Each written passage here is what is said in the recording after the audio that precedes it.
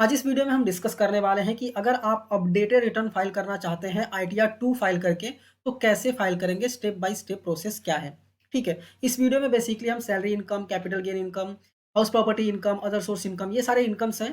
तो कैसे फाइल करेंगे पूरा डिटेल में इस वीडियो में डिस्कस करने वाले हैं। साथ ही साथ मैं आपको ये भी बताने वाला हूँ कि आप कहाँ कहाँ पे गलती कर सकते हैं, कहाँ कहाँ पे आपको एरर्स आ सकते हैं। तो आप ध्यान से देखिएगा जिससे कि आप जब अपलोड करने जाएं तो आपको कोई भी एरर ना आए। ठीक है, आईटीआर 1 और आईटीआर 4 का अपडेटेड रिटर्न कैसे फाइल करते हैं ऑलरेडी मैंने चैनल पे अपलोड कर दिया है, आई बटन पे लिंक कर दूंगा। अगर आप आईटीआर 1 या फिर आईटीआर 4 का अपडेटेड रिटर्न देखना चाहते हैं तो आप देख सकते हैं। ठीक है, तो ये वीडियो को स्टार्ट करते हैं। स्टार्ट करने से पहले मैं आपको बता दूं कि ऐसे कौन कौन से पर्सन हैं जो अपडेटेड रिटर्न नहीं फाइल कर सकते। तो अगर आप लॉस रिटर्न फाइल करना चाहते हैं या फिर अपनी टोटल टैक्स लाइबिलिटी को कम करना चाहते हैं या फिर रिफंड को बढ़ाना चाहते हैं, कोई सर्च वगैरह आपके पास चल रहा है अंडर सेक्शन 132 या फिर 132 ए, ठीक है, या फिर 133 ए में चल रहा है, कोई प्रोसीडिंग या फिर असेसमेंट चल रहा है, रीअसेसमेंट चल रहा है, या फिर आपने ऑलरेडी अपडेटेड रिटर्न फाइल कर दिया है, वापस फाइल करना चाहते हैं, इन सब केसेस में आप अपडेटेड रिटर्न फाइल नहीं कर सकते। अगर आपने अपडेटेड रिटर्न ऑलरेडी फाइल कर दिया है तो नहीं फाइल कर सकते। ठीक है, आई होप आपको क्लियरली समझ में आ गया होगा। तो आइए स्टार्ट करते हैं। स्टार्ट करने के लिए आपको आना है इनकम टैक्स के पोर्टल पे। ठीक है, और यहाँ पे लॉगिन पे क्लिक करना है और पहले आपको लॉगिन करना है। ठीक है, यहाँ पे आपको यूजर आई डालना है, कंटिन्यू करना है, टिक करना है, पासवर्ड डालना है और कंटिन्यू कर देना है। कंटिन्यू करने के बाद पहले हम प्रीफिल डेटा को डाउनलोड करेंगे। आपको ध्यान रखना है पहले 26 ईयर्स और एआईएस भी ध्यान से चेक कर लीजिएगा कि क्या क्या इनकम ऑनलाइन शो कर रहा है। ठीक है, 26 ईयर्स एआईएस कैसे चेक करते हैं कंप्लीटली डिटेल में एनालिसिस बनाया हुआ है। 8 से 10 मिनट का वीडियो है, आप चाहिए तो यहाँ पे देख सकते हैं आई बटन पे। प्रीफिल डेटा क्या करता है, बेसिकली आपके 26 ईयर्स और एआईएस के जो डिटेल्स होते हैं ना, टीडीएस वगैरह वाले, पर्सनल डिटेल्स, बैंक के डिटेल्स, वो सारे डिटेल्स प्रीफिल कर देता है ऑफलाइन यूटिलिटी में। ठीक है, इसलिए हम प्रीफिल डेटा को डाउनलोड करते हैं। आपको क्या करना है, ई फाइल सेक्शन में जाना है, इनकम टैक्स रिटर्न, और यहाँ पे आपको डाउनलोड प्रीफिल डेटा का ऑप्शन देखने को मिल जाएगा, इस पे आपको क्लिक करना है। जैसे ही क्लिक करेंगे असेसमेंट ईयर चूज करना है 23-24 ड्रॉप डाउन यूज करके। इसके बाद डाउनलोड पे आपको क्लिक कर देना है। जैसे ही क्लिक करेंगे प्रीफिल डेटा डाउनलोड हो जाएगा। ठीक है, हमने प्रीफिल डेटा डाउनलोड कर दिया। नेक्स्ट स्टेप क्या है, नेक्स्ट स्टेप हमको लॉग आउट करना है। लॉग आउट करने के बाद इनकम टैक्स पोर्टल पे ही रहना है और यहाँ पे डाउनलोड का ऑप्शन देखने को मिलेगा, डाउनलोड पे क्लिक करना है। जैसे क्लिक करेंगे असेसमेंट ईयर 23-24 ऑटो सेलेक्टेड रहेगा। आपको स्क्रॉल डाउन करके नीचे आना है, यहाँ पे आईटीआर 1 दिख रहा है, इसके जस्ट नीचे आईटीआर 2 दिखेगा आपको। ठीक है, आईटीआर 2 पे जैसे ही टिक मतलब क्लिक करेंगे, क्लिक करने के बाद यहाँ पे एक्सेल बेस्ड यूटिलिटी जो है ना, इस पे क्लिक करना है। जैसे ही क्लिक करेंगे ये भी डाउनलोड हो जाएगा आईटीआर 2। ठीक है, इन दोनों को एक फोल्डर में सेव कर लेना है जहाँ पे भी आप सेव करके रखना चाहते हैं। ये जो आईटीआर 2 का डेटा रहेगा ना, ये बेसिकली आपका जिप फाइल में रहेगा। आपको राइट क्लिक करके इसको एक्सट्रैक्ट कर लेना। ठीक है, आपके पास एक्सट्रैक्ट हियर का ऑप्शन रहेगा तो हियर कर सकते हैं, एक्सट्रैक्ट ऑल का ऑप्शन है तो एक्सट्रैक्ट ऑल भी कर सकते हैं, कोई दिक्कत नहीं है। ठीक है, एक्सट्रैक्ट कर दिया। इसके बाद जैसे एक्सट्रैक्ट करेंगे आपको एक्सेल देखने को मिल जाएगा, एक्सेल को डबल क्लिक करके ओपन कर लेना है। ठीक है, कुछ ऐसा ओपन होगा और यहाँ पे पहले ही आपको आएगा इनेबल एडिटिंग, इस पर क्लिक कर दीजिए, क्योंकि इस पर क्लिक नहीं करेंगे तो आप एडिट नहीं कर पाएंगे। जैसे ही क्लिक करेंगे यहाँ पे कुछ चीज़ें लिख के आएंगी, जैसे ग्रीन सेल जो है उसमें आप डेटा एंट्री कर सकते हैं। रेड लेबल्स जो है वो मैंडेटरी फील्ड को इंडिकेट करते हैं और आप control C control V copy paste नहीं कर सकते। ठीक है, आप ओके कर दीजिए। ओके करने के बाद आपको क्या करना है, बेसिकली पहले यहाँ पे देखिए राइट हैंड साइड में आपको दिखेगा इंपोर्ट प्रीफिल। ठीक है, इस पे आपको क्लिक करना है। 1 सेकेंड, मैंने क्या किया, बेसिकली जो ऊपर ये दिख रहा है टैब्स वगैरह, मैं इसको पहले हटा देता हूँ। ये जो एरो दिख रहा है इस पर जैसे ही क्लिक करेंगे ये हट जाएगा। ठीक है, मतलब ऊपर चला जाएगा ये। अभी हम क्या करेंगे, बेसिकली इंपोर्ट प्रीफिल का ऑप्शन है, इस पर हम क्लिक करेंगे। यहाँ पे ओके करने के लिए आएगा, आपको ओके कर देना है सीधा। जैसे ही ओके करेंगे, आपने जहाँ भी सेव किया ना प्रीफिल डेटा, वहाँ उस पाथ में जाना है आपको। ये प्रीफिल डेटा जो हमने अभी डाउनलोड किया था उसको सेलेक्ट करना है और ओपन पे क्लिक करना है। ठीक है, जैसे ही आप ओपन करेंगे यहाँ पे ओके करने के लिए आएगा। यहाँ पे बेसिकली पूछागा क्या आप नए टैक्स रिजीम को ऑप्ट करना चाहते हैं। मैं सीधा पहले कैंसिल करूंगा, बाद में देखेंगे ऑप्ट करना है कि नहीं करना है। सीधा कैंसिल कर देना है आपको। जैसे ही कैंसिल करेंगे वो अपडेट जो प्रीफिल डेटा है वो प्रॉपरली प्रीफिल कर देगा आपका बेसिक डिटेल्स और आपके बैंक डिटेल्स, आपके टीडीएस वगैरह सारी चीज़ें प्रीफिल कर देगा। अभी हमको क्या करना है, बेसिकली जो पार्ट ए था ना, पार्ट ए के आपके लेफ्ट हैंड साइड में होम का पेज रहेगा, होम का शीट रहेगा बेसिकली। अगर वो नहीं दिख रहा ना तो ये एरो पे क्लिक करेंगे तो आपको दिख जाएगा। पहले आपको होम पे आना है, क्योंकि अगर आप देखेंगे ना तो बहुत सारी सीट्स इसमें दिख रही हैं। बहुत सारी सीट ऐसी हैं जो हमारे किसी काम की नहीं है, तो हम क्या करेंगे, उस शीट को पहले हटाएंगे। तो क्या करना है, मुझे शेड्यूल एस सैलरी वाला शेड्यूल चाहिए, जी हाँ। हाउस प्रॉपर्टी भी चाहिए, कैपिटल गेन चाहिए, 112 ए ये भी चाहिए। ठीक है, इसके बाद अदर सोर्स भी चाहिए, सी वाई एल ए ये भी मुझे चाहिए बेसिकली। फिर कैरी फॉरवर्ड लॉसेस ये भी मुझे चाहिए, ए टी जी मुझे नहीं चाहिए। ठीक है? तो जो शेड्यूल्स आपको नहीं चाहिए ना, यहाँ पे येस नो का ऑप्शन आपको देखने को मिल जाता है। आपको क्या करना है, यहाँ पे जैसे ही क्लिक करेंगे ड्रॉप डाउन आ जाएगा, नहीं चाहिए तो आप नो कर दीजिए, ठीक है? दोनों साइड नो करना है आपको, ठीक है? मैं नो कर देता हूँ पहले जो मुझे नहीं चाहिए। यहाँ पे देखिए बहुत सारे शेड्यूल्स ऐसे हैं ना जो मुझे नहीं चाहिए, तो मैं सीधा-सीधा नो कर देता हूँ। नो करने के बाद सीधा स्क्रॉल डाउन करके नीचे आना है, जो नहीं चाहिए उसको सीधा नो कर दिया है मैंने। जो चाहिए उसको मैंने यस किया हुआ है, ठीक है? मैंने 1-2 चीज़ें ऐसी हैं जैसे कि एग्ज़ाम्प्ट इनकम मैंने इसको नो कर दिया है। इसमें जनरली एरर आता है, ठीक है? तो मैं आपको ये भी बताऊँगा कि फॉर एग्ज़ाम्पल अगर आपने यहाँ पे नो कर दिया और बाद में फॉर्म फिल करते वक़्त आपको लगा कि नहीं, इस शेड्यूल की हमें ज़रूरत है, तो बाद में उसको यस करके कैसे लाएँगे, वो मैं आपको बताऊँगा, इसलिए मैंने यहाँ पे नो किया है, ठीक है? बाद में जब एरर आएगा ना, तो मैं यहाँ पे आके यस करूँगा और फिर आपको पता चल जाएगा कि कैसे बेसिकली यस करना होता है या फिर एरर्स अगर आते हैं तो कैसे उसको सॉर्ट आउट करना होता है। जिससे कि आप एरर भी सॉल्व करना सीख जाएँगे। ठीक है? तो मैंने यस नो कर दिया है, जो मुझे शेड्यूल नहीं चाहिए थे, मैंने नो कर दिया है उसको। अब मैं स्क्रॉल करके वापस ऊपर जाऊँगा और यहाँ पे अप्लाई पे क्लिक करूँगा। जैसे ही अप्लाई पे क्लिक करूँगा, ये देखिए बहुत सारे शीट्स हट गए, वेरिफिकेशन वाला शीट हमें सामने ही दिखने लगा बेसिकली, ठीक है? तो अब हम क्या करेंगे, पार्ट ए में जाएँगे। यहाँ देखिए ऑटो फिल सारी चीज़ें हो गई है, मैंने फिलहाल हाइड किया हुआ है, ठीक है? सारी चीज़ें ऑटो फिल हो गई हैं, ठीक है? अभी आपको क्या करना है बेसिकली, यहाँ पे सेलेक्ट करना है file under section. File under section में यहाँ पे ऑप्शंस आ जाते हैं कि कौन से सेक्शन में आप फाइल करना चाहते हैं।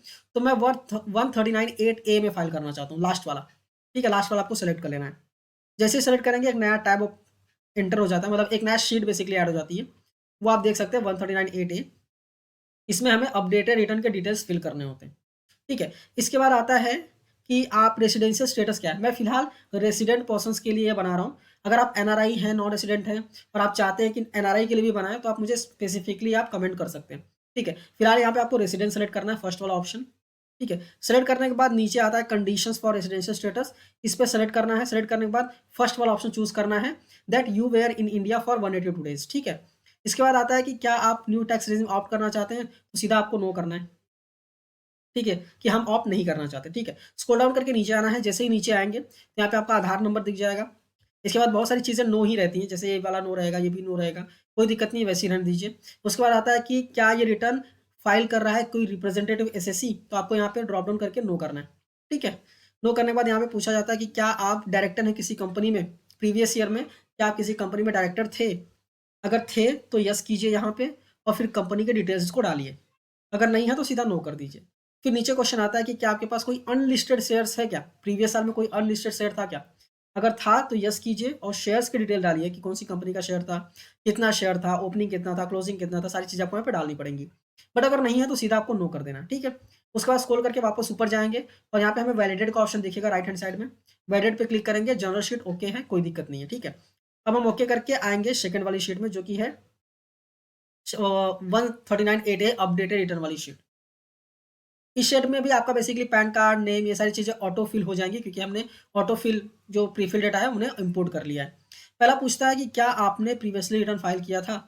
अगर किया था तो येस कीजिए, हमारे केस में नहीं किया था तो हमने नो कर दिया है। फॉर एग्ज़ाम्पल अगर आप येस करते हैं ना, तो ये पूछेगा कि कौन से सेक्शन में फाइल किया था आपने, कौन-सा आईटीआर फाइल किया था आपने, एक्नॉलेजमेंट नंबर क्या था और आपने कभी फाइल किया था, डेट डालिए। ठीक है? ये सारी चीज़ें डालनी पड़ेगी। नहीं फाइल किया तो सीधा नो पे क्लिक कर दीजिए। फिर आता है क्या आप एलिजिबल हैं अपडेटेड रिटर्न फाइल करने के लिए? तो यहाँ पे येस करना है आपको। उसके बाद पूछा जाता है कि आप अपडेटेड रिटर्न फाइल क्यों करना चाहते हैं? यहाँ पे ड्रॉप डाउन पे क्लिक करेंगे ना, यहाँ पे जैसे ही क्लिक करेंगे ड्रॉप डाउन बहुत सारी रीज़न्स आ जाएँगे। मेरा रीज़न है कि मैंने पिछले मतलब फाइल ही नहीं किया था इसलिए मैं फाइल कर रहा हूँ, ठीक है? और भी बहुत सारे रीज़न्स हैं, इसके अलावा कोई अगर आपका रीज़न रहेगा तो आप सेलेक्ट कर सकते हैं, कोई दिक्कत नहीं। फिर पूछता है कि are you filing an updated return in during the period? तो ये बेसिकली ऑटोमैटिकली सेलेक्टेड करके ही आता है, ठीक है? बट अगर नहीं आएगा तो आपको अप टू 12 मंथ फिलहाल सेलेक्ट करना है, ठीक है? इसके बाद हम क्या करेंगे, वैलिडेट पे क्लिक करेंगे, ये शीट ओके रहेगी, कोई दिक्कत नहीं आएगा, ओके करना है, आ जाना है सैलरी वाले शेड्यूल में। अभी यहाँ पे बेसिकली क्या करना है आपको, यहाँ पे अगर आपका सैलरी इनकम है, अगर आपका सैलरी इनकम है, नहीं है तो सीधा स्किप कर दीजिए, अगर है तो आपको एम्प्लॉयर का नाम डालना है, एम्प्लॉयर का एड्रेस डालना है, ठीक है? इसके बाद अगर आपके पास फॉर्म 16 है तो फॉर्म 16 के बेसिस पे आपको फिल करना है कि सैलरी में अगर बाइफरकेशन वगैरह आपके पास की बेसिक सैलरी कितना है, डीए कितना है, कन्वेंस अलाउंसेस कितना है, तो आपको बाइफरकेशन करके डालना है अलग-अलग। नहीं है, कोई दिक्कत नहीं है, बेसिक सैलरी सेलेक्ट कीजिए और अमाउंट सीधा डाल दीजिए आप। अगर आपके पास फॉर्म 16 रहेगा तो बाइफरकेशन तो रहेगा, बट अगर आपके पास फॉर्म 16 ही नहीं है तो बाइफरकेशन नहीं रहेगा, सीधा बेसिक सैलरी सेलेक्ट करके आपको डाल देना है। बाकी बाइफरकेशन आपके पास नहीं है तो सीधा आप इसको ब्लैंक छोड़ दीजिए, ठीक है? इसके बाद स्क्रॉल डाउन करके नीचे आएँगे, अगर कोई दूसरा भी एम्प्लॉयर मतलब 2 जगह आपने काम किया था तो दूसरे एम्प्लॉयर का भी डिटेल आप डाल सकते हैं। नहीं किया था कोई दिक्कत नहीं है, ब्लैंक छोड़ दीजिए। मान लो 3 के यहाँ काम किया था तो ऐड सैलरी करके आप ऐड भी कर सकते हैं, ठीक है? स्क्रॉल डाउन करके हम नीचे आएँगे, जैसे नीचे आएँगे तो यहाँ पे आता है कि हमारे पास कोई अलावेंसेस हैं ऐसे जो एग्जम्प्ट हैं। अगर आपको पता है कि एग्जम्प्ट अलावेंसेस कोई हैं, तो आपको ऊपर बाइफरकेशन डालना है, बेसिक सैलरी कितना था और जो अलावेंस है वो अलावेंस कितना था वो बाइफरकेशन डालना है। अगर पता ही नहीं है तो सीधा आप इसको छोड़ सकते हैं। फॉर्म 16 है अगर आपके पास और आपके पास कोई अलावेंसेस दिखाया गया फॉर्म 16 में, तो आपको यहाँ पे डालना पड़ेगा, ठीक है। इसके बाद आपको कोई प्रोफेशन टैक्स आपको दिखता है तो वो भी आपको डालना पड़ेगा। अगर फॉर्म 16 में है तो डालिए, नहीं है, नहीं पता है तो जीरो रहने दीजिए, कोई दिक्कत नहीं है। वापस हम स्क्रॉल करके ऊपर आएंगे और वैलिडेट का ऑप्शन है, इस पर क्लिक करेंगे, शीट ओके रहेगा, कोई दिक्कत नहीं आएगी। फिर हम आएंगे हाउस प्रॉपर्टी के इनकम में। अगर आपका हाउस प्रॉपर्टी का इनकम है तो ही ये वाला शीट आपको एंटरटेन करना है, मतलब बेसिकली फिल करना है। नहीं है तो सीधा वैलिडेट करके आपको आगे बढ़ जाना है। अभी इस शीट को मैं आपको बताता हूँ कैसे फिल करना है।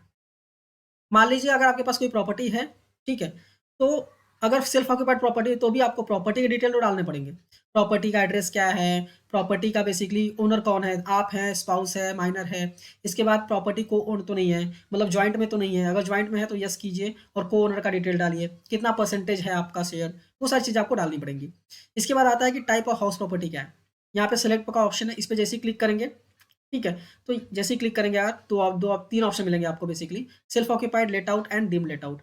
अगर सेल्फ ऑक्यूपाइड है, सेल्फ ऑक्यूपाइड पे जैसे ही क्लिक करेंगे तो बेसिकली अगर सेल्फ ऑक्यूपाइड रहता है तो उसमें कोई रेंट तो मिलता नहीं है आपको, तो ये वाला जो कॉलम है ना डिसेबल हो जाएगा। मैं अगर सेलेक्ट करूँ सेल्फ ऑक्यूपाइड, ये देखिए डिसेबल हो गया। इसके बाद सेल्फ ऑक्यूपाइड है मतलब कोई इंटरेस्ट पे कर रहे होंगे आप हाउसिंग लोन पे, तो जो इंटरेस्ट पे कर रहे हो ना वो इंटरेस्ट आपको यहाँ पे दिखाना है, इंटरेस्ट पेबल बोरोड कैपिटल, ठीक है। अगर लेट आउट है तो आपको क्या करना है, लेट आउट पे सेलेक्ट करके क्लिक करना है और आपको रेंट दिखाना पड़ेगा, कितना रेंट आपको रिसीव हुआ है, ठीक है। इसके बाद लोग टैक्स कितना पे किया लोकल अथॉरिटी को, अगर कुछ इंटरेस्ट वगैरह कुछ है लोन पे तो इंटरेस्ट कितना है, वो सारी चीज़ें दिखानी पड़ेंगी। मेरे केस में फिलहाल कुछ भी नहीं है तो मैं क्या करूँगा, सेलेक्ट पे क्लिक करके छोड़ दूंगा, ठीक है। फिर हम स्क्रॉल डाउन करके आएंगे, स्क्रॉल डाउन करके नीचे आएंगे। नीचे आने के बाद अगर कोई और भी प्रॉपर्टी है, मतलब दो प्रॉपर्टी है, तो दूसरे प्रॉपर्टी का डिटेल आपको यहाँ पे डालना पड़ेगा। स्क्रॉल डाउन करके नीचे आएंगे, अगर तीन प्रॉपर्टी है तो ऐड प्रॉपर्टी आप कर सकते हैं, कोई दिक्कत नहीं है। आई होप आपको क्लियरली समझ में आ गया होगा, ठीक है। ऊपर जाएंगे स्क्रॉल करके और वैलिडेट पे क्लिक करेंगे और ओके कर देंगे। हाउस प्रॉपर्टी का शीट भी बरोबर है, कोई दिक्कत नहीं है। अब प्रॉब्लम आती है कैपिटल गेन वाले शीट में, हम आ जाते हैं कैपिटल गेन वाली शीट में। यहाँ पे अगर आपने शॉर्ट टर्म कैपिटल गेन में अगर आपने लैंड बिल्डिंग वगैरह बेचा है तो उसके डिटेल आपको डालने पड़ेंगे कि कितना आपका प्रॉफिट हुआ है, मतलब कितने में आपने बेचा है, फिर उसके बाद कितने में खरीदा था, ये सारी चीज़ आपको डालनी पड़ेंगी। मैं फिलहाल शेयर्स का बता रहा हूँ तो मैं स्क्रॉल डाउन करके नीचे आऊँगा, ठीक है। जैसे ही मैं यहाँ पे स्क्रॉल डाउन करके नीचे आऊँगा तो यहाँ पे आपको बेसिकली क्या दिखेगा, यहाँ पे देख सकते हैं कि 1 सेकेंड, यहाँ पे बेसिकली देख सकते हैं सेकंड नंबर पे आता है sale of equity shares and unit of mutual funds basically, जो कि आता है सेक्शन 11A, ठीक है। ये वाले सेक्शन में आपको डालना है। फुल वैल्यू ऑफ कंसिडरेशन मतलब कितने में सेल किया था आपने, कॉस्ट ऑफ एक्विजिशन मतलब कितने में आपने खरीदा था, प्रॉफिट आपका आ जाएगा। मैं डाल के दिखा देता हूँ आपको, एग्जाम्पल लेते हैं, 50,000 में मैंने सेल किया था, 40,000 मेरा कॉस्ट था, तो मेरा 10,000 का प्रॉफिट आ गया, ठीक है। हम नीचे आगे स्क्रॉल करके तो यहाँ पे एक ऑप्शन आता है कि क्या आपने कोई अनयूटिलाइज्ड कैपिटल गेन को ट्रांसफर किया है क्या, तो यहाँ पे सीधा नो ही रहता है जनरली, तो आपको नो कर देना है, ठीक है। सेलेक्ट करके नो करना है, नहीं करेंगे तो एरर आएगा, इसलिए नो करना है आपको, ठीक है। स्क्रॉल डाउन करके और नीचे आएंगे हम। नीचे आने के बाद फिलहाल यहाँ पे कुछ भी नहीं फिल करना है। अभी लॉन्ग टर्म कैपिटल गेन अगर आपको शेयर्स या फिर म्यूचुअल फंड पे बेच मतलब भरना है तो आपको क्या करना है, basically long term capital gain में आना है, LTCG में आना है, ये 4 नंबर पे आता है, ठीक है। लॉन्ग टर्म कैपिटल गेन में 4 नंबर पे आता है। यहाँ पे आता है long term capital gain 112A, ठीक है। यहाँ पे देखेंगे ना तो यहाँ पे फिल करने के लिए कुछ बचता ही नहीं है, ठीक है। यहाँ पे ग्रीन सेल नहीं है, आप यहाँ पे नहीं फिल कर सकते। अगर आपको लॉन्ग टर्म कैपिटल गेन हुआ है तो आपको शेड्यूल 112A फिल करना पड़ता है। तो पहले हम 112A फिल कर देते हैं, ठीक है। 112A पे आएंगे हम। यहाँ पे आने के बाद ना देखेंगे तो यहाँ पे दो ऑप्शन मिल जाते हैं, सेलेक्ट करके पहले में आपको दो कॉलम मिल जाते हैं। यहाँ पे देखेंगे तो यहाँ पे आता है कि क्या आप 31 जनवरी के बाद जो शेयर से आपने खरीदा था या फिर 31 जनवरी के पहले खरीदा था, ठीक है। तो अगर आपने पहले खरीदा था 31 जनवरी के पहले, अगर आप सेलेक्ट करते हैं तो आपको सारी चीज़ें फिल करनी पड़ेंगी। अगर आपने 31 जनवरी के बाद खरीदा था, तो अगर आप एग्जाम्पल लेते हैं, अगर आपने 31 जनवरी के बाद खरीदा है, ठीक है, तो आपको ये सारी चीज़ें फिल नहीं करनी है। अगर नहीं खरीदा है, पहले खरीदा है आपने, तो सारी चीज़ें आपको फिल करनी पड़ेंगी। अब ये चीज़ें मिलेंगी कहाँ से, तो ये चीज़ें आपको कैपिटल गेन स्टेटमेंट से मिल जाती हैं, ठीक है। आपको बाइफरकेशन प्रॉपर्ली डालना है। इसके बाद आपको क्या करना है, फुल वैल्यू ऑफ कंसिडरेशन मतलब सेल वैल्यू कितने में सेल किया है वो डालना है। फिर राइट स्क्रॉल करेंगे तो यहाँ पे पूछता है कि आपने कितने में खरीदा था, वो आपको यहाँ पे डालना है। राइट स्क्रॉल और करेंगे तो यहाँ पे बोलेगा कोई एक्सपेंस वगैरह आपने किया था क्या सेल करने के लिए या फिर ट्रांसफर करने के लिए, अगर किया था तो अमाउंट डाल दीजिए, नहीं किया था तो जीरो पे क्लिक कर दीजिए, ठीक है। तो आपका जो भी सेल वैल्यू रहेगा उसमें से परचेज माइनस करके यहाँ पे प्रॉफिट आपको देखने को मिल जाएगा, ठीक है।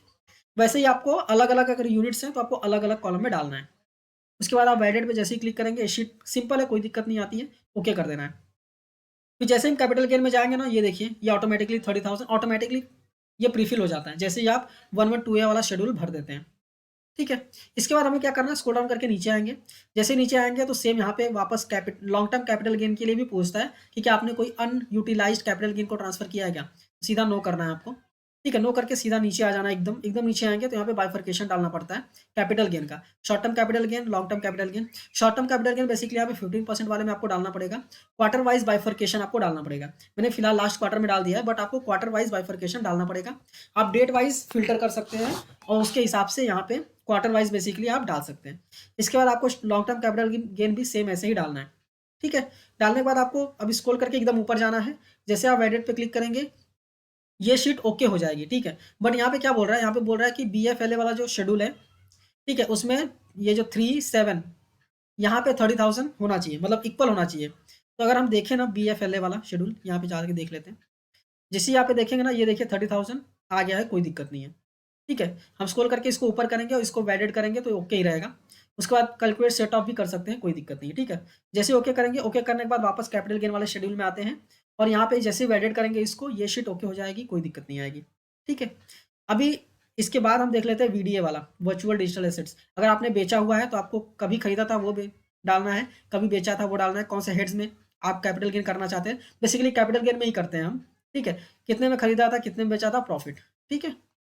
आपको सिर्फ वीडियो में एक चीज़ ध्यान रखना है कि ये लॉस कंसीडर नहीं करता, सिर्फ और सिर्फ प्रॉफिट ही कंसीडर करता है, ठीक है? उसके बाद वैलिडेट करना है, शीट ओके रहेगी, कोई दिक्कत नहीं आएगा। इसके बाद अदर सोर्स में आएँगे तो अदर सोर्स में बेसिकली ना जितने भी इनकम रहता है, जैसे सेविंग बैंक के इंटरेस्ट हो गए, एफडी के इंटरेस्ट हो गए, ये सारी चीज़ें ऑटो पॉपुलेट होके आ जाती हैं। क्योंकि हमने प्रीफिल डेटा इंपोर्ट किया ना, तो 26 शेयर्स और एआई से डिटेल्स कैच कर लेता है, ठीक है? तो आपको जस्ट एक बार क्रॉस चेक कर लेना है कि सारी चीज़ें करेक्ट हैं या नहीं है। जनरली करेक्ट ही रहती है, ठीक है?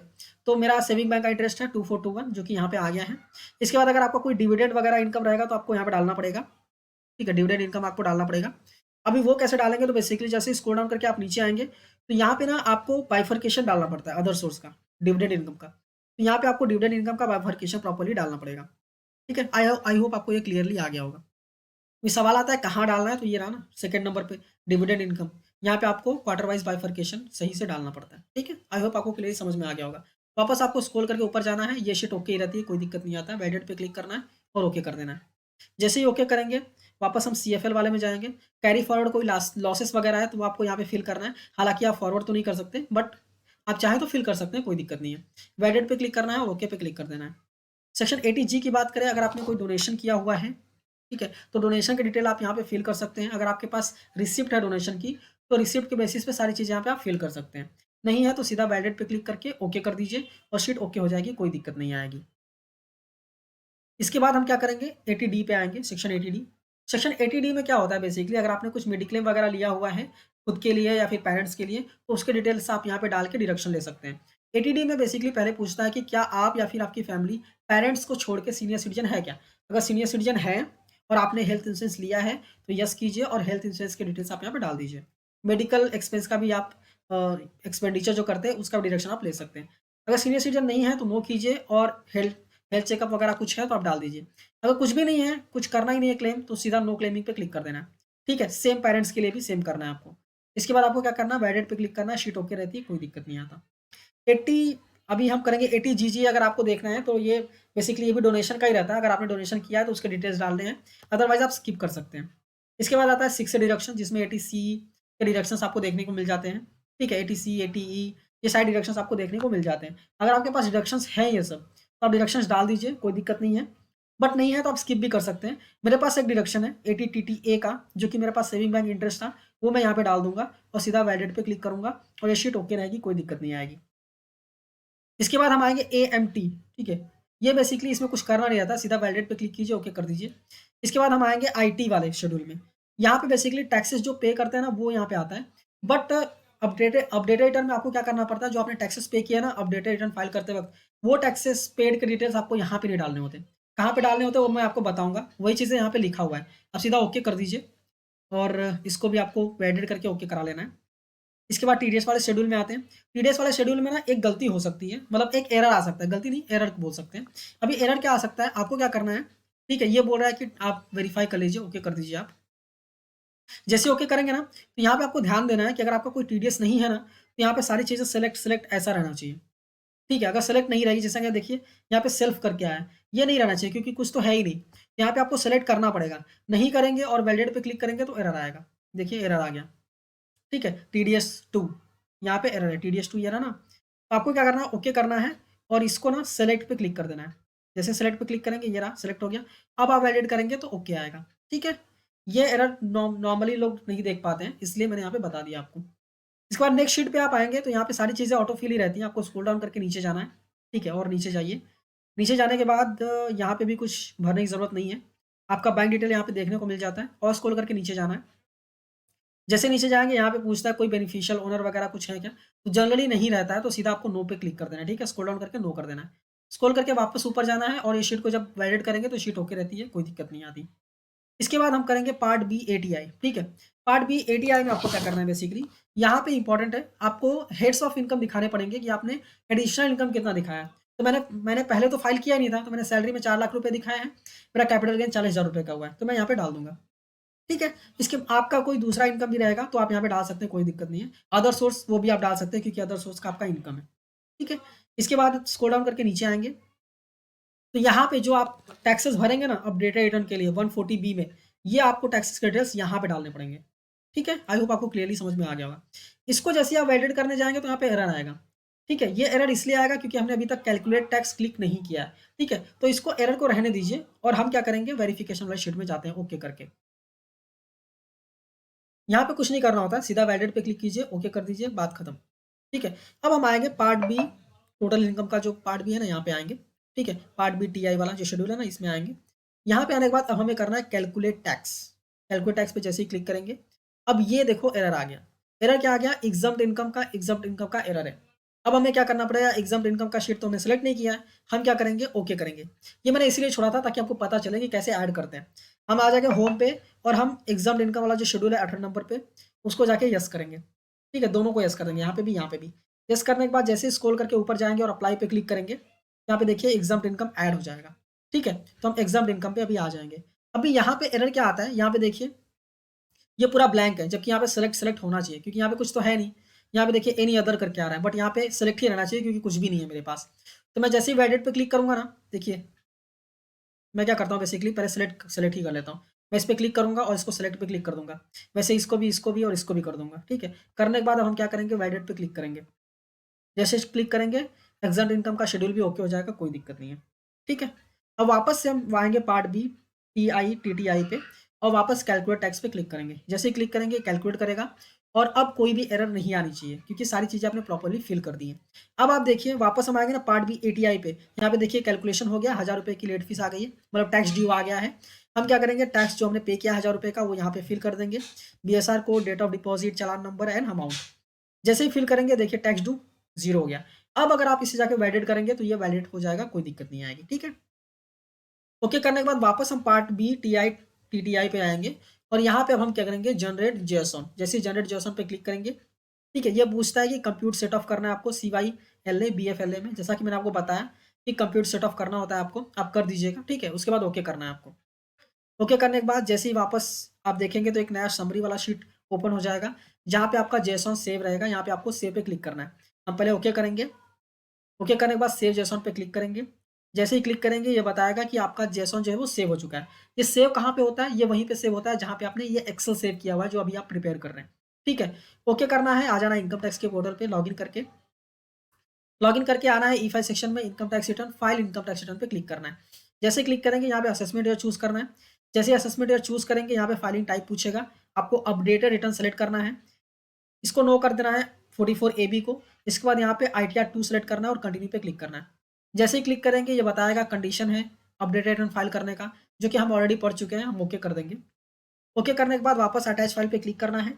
जैसे ही क्लिक करेंगे, क्लिक करने के बाद यहाँ पे आपको क्या करना है, आपको यहाँ पे एक्सेल आपने सेव किया था ना, वहीं पे आपका जेसॉन सेव होता है, वो पाथ आपको लेना है। और यहाँ पे देखिए जेसॉन मुझे दिख गया है, मैं जेसॉन पे क्लिक करूँगा, सेलेक्ट करूँगा और ओपन पे क्लिक कर दूंगा। जैसे ही क्लिक करूँगा ये वैलिडेट करेगा रिटर्न को और कोई भी एरर नहीं आएगी, वैलिडेशन सक्सेसफुल हो जाएगा। ठीक है, अगर आपने सारी चीज़ें ध्यान से की हैं तो वैलिडेशन में कोई भी एरर नहीं आना चाहिए। फिर भी अगर आपको कोई एरर आता है तो मुझे कमेंट करके पूछ सकते हैं। आई होप अभी आप क्या करेंगे, बेसिकली प्रोसीड टू वेरिफिकेशन करेंगे, आधार ओटीपी से वेरीफाई कर सकते हैं और अपने रिटर्न को प्रॉपर्ली अपलोड कर सकते हैं। तो आई होप आपको क्लियरली समझ में आ गया होगा कि कैसे आपको ITR 2 फिल करना है अगर आप अपडेटेड रिटर्न फाइल करना चाहते हैं तो। अगर ये वीडियो आपको अच्छी लगी है और आप ITR 1 और ITR 4 का भी अपडेटेड रिटर्न देखना चाहते हैं कि कैसे फाइल करना है, जैसा कि मैंने बताया आई बटन पर मैंने लिंक कर दिया है, आप जाके देख लीजिएगा। ये वीडियो अच्छी लगी है तो ज़रूर इस वीडियो को लाइक कीजिए, अपने दोस्तों के साथ भी शेयर कीजिए और ऐसी ही वीडियोज़ को देखने के लिए चैनल को सब्सक्राइब करना मत भूलिए। मिलते हैं नेक्स्ट वीडियो में। Thank you for watching and all